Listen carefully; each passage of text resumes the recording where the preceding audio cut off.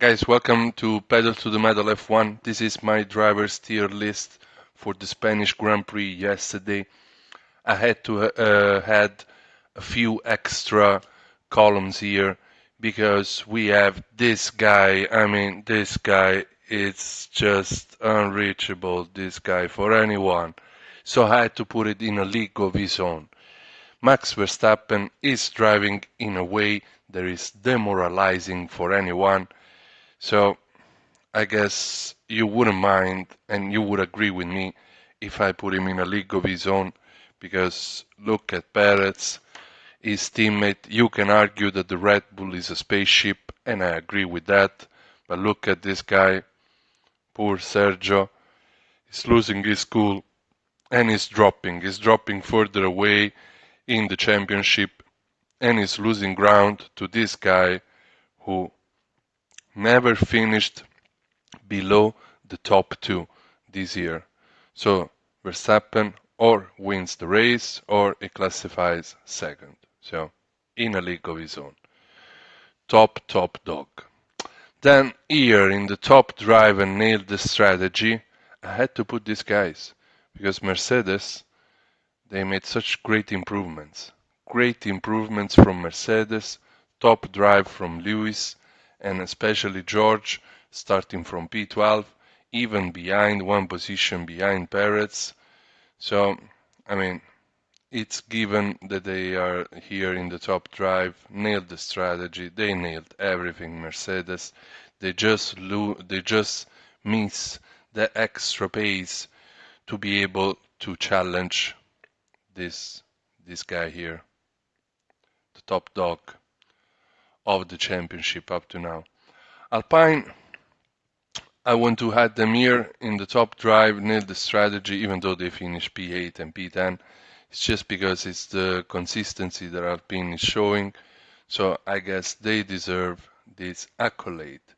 And also Guan Yu Zhou, Guan Yu Zhou is doing an impressive race. I mean, he has finished in P8, and this is his best result of 2023, and he finished P9.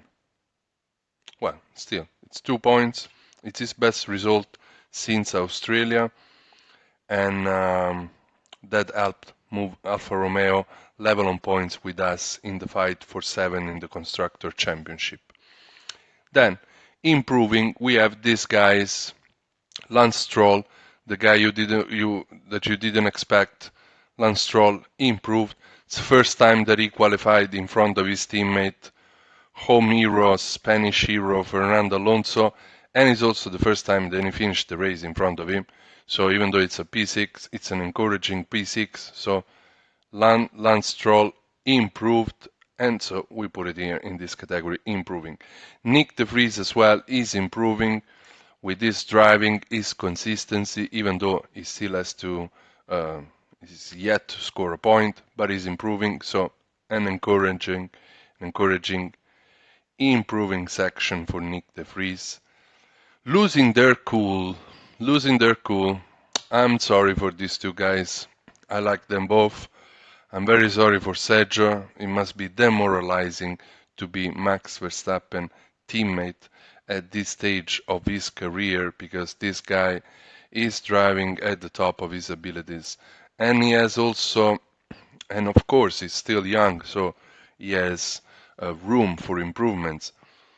And still, he's beating race in, race out.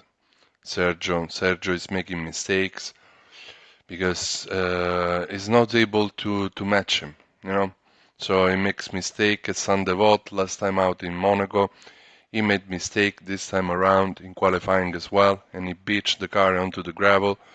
So very sorry for Sergio, but he's losing his cool. He's losing ground in the championship. It's 53 points behind Max Verstappen. So this is not a good position to be in. Sergio needs to keep his cool, keep it together, and just perform at his best. Perform at his best, because even if you're not able, to match Verstappen with this car, he needs to finish races in P2.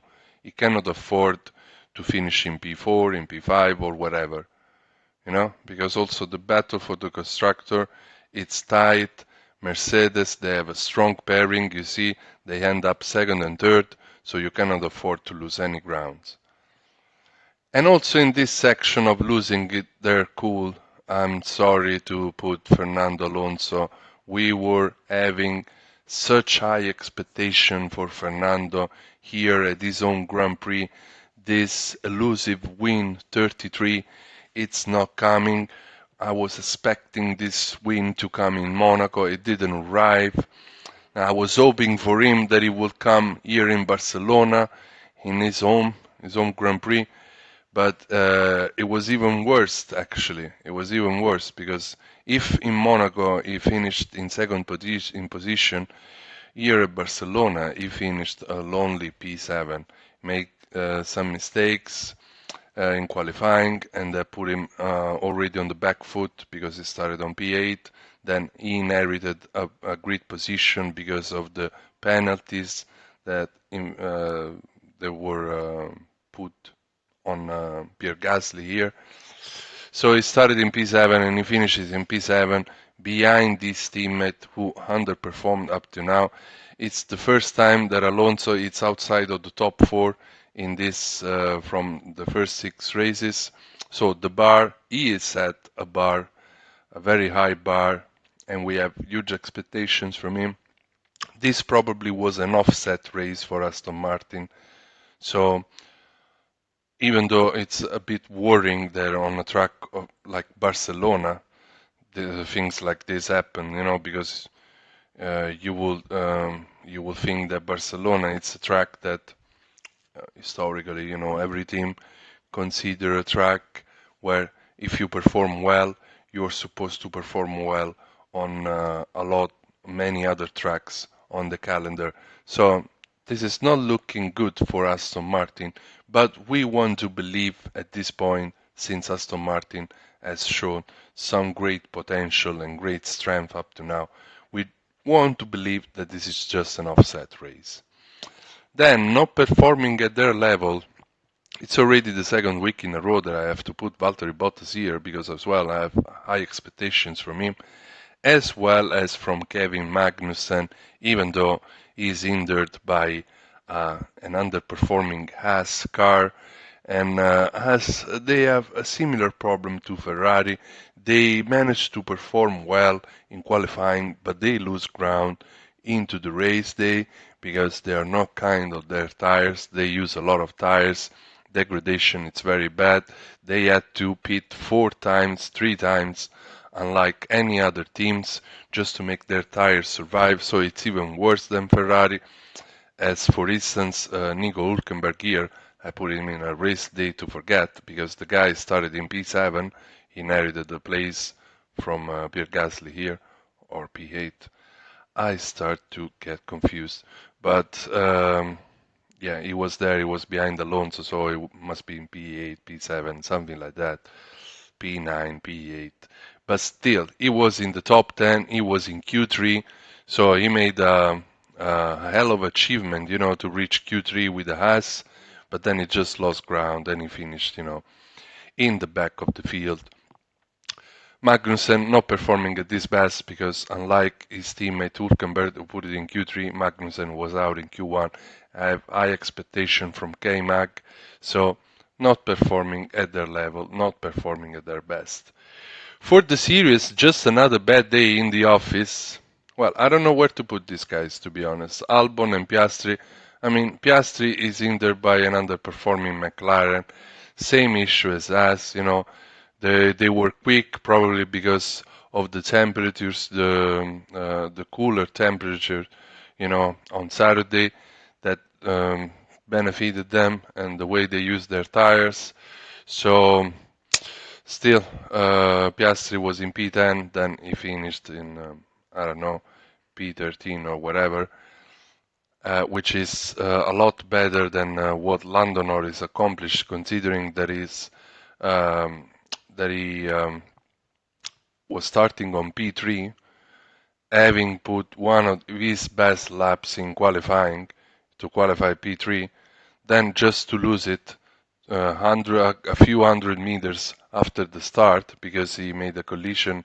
Um, it just bumped into Hamilton basically, and so he's lost pieces of his front wing. He had to pit just on the first lap, and that put him like 30 seconds behind, in the back, in last position. It was a terrible race from there on for Lando. Poor guy. I mean, he deserved a lot better, but unfortunately, it was also his mistake, so a race day to forget for him. For Sainz, I guess he did his best. If it's another bad day in the office, it's not even his fault. It's just that the Ferrari is underperforming. Ferrari cannot make their tires, last, and so there's really not much to say about Ferrari drivers.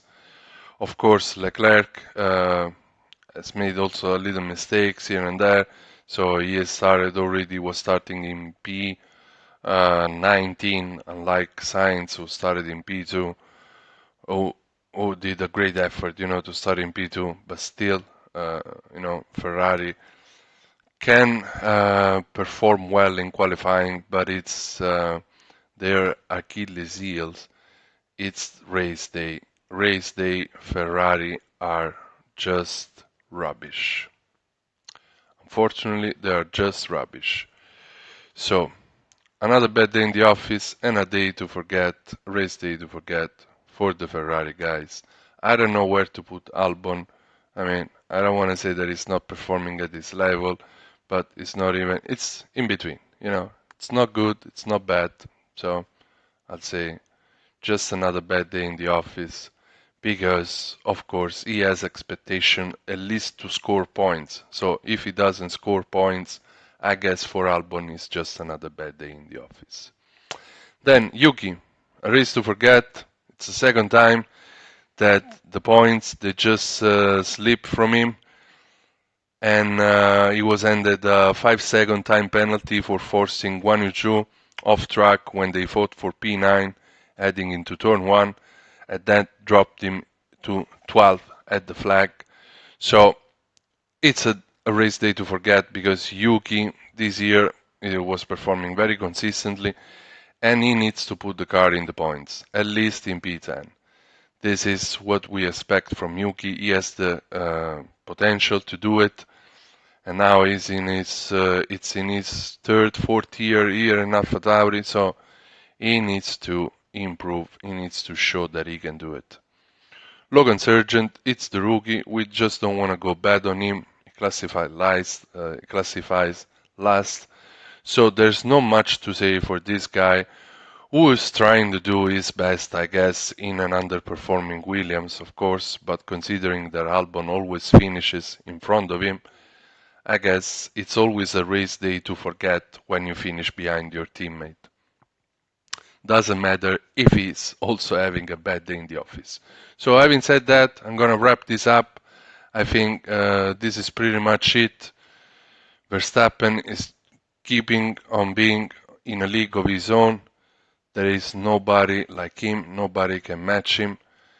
And the threat, it's coming from Mercedes. You would expect that Aston Martin would be a threat for Verstappen, but after this, Barcelona upgrades, which at least they were introduced already in Monaco for Mercedes. Mercedes is starting to look like they are getting at their best shape. So we will have to wait and see, and I'm curious to see what happens, in the races ahead, and especially now in Canada, that is a little bit different. It's still a fast track. It's a little bit different than Barcelona. So we will have to wait and see. Guys, thank you so much. If you like this content, don't forget to drop a like, smash that button, like every YouTuber says. They're right. It's nice. You can do it. I'm joking, guys. Appreciate if you like this content and you leave me a comment, put a like, or follow my channel. That would mean the world to me. Thank you so much, and I'll see you on to the next video.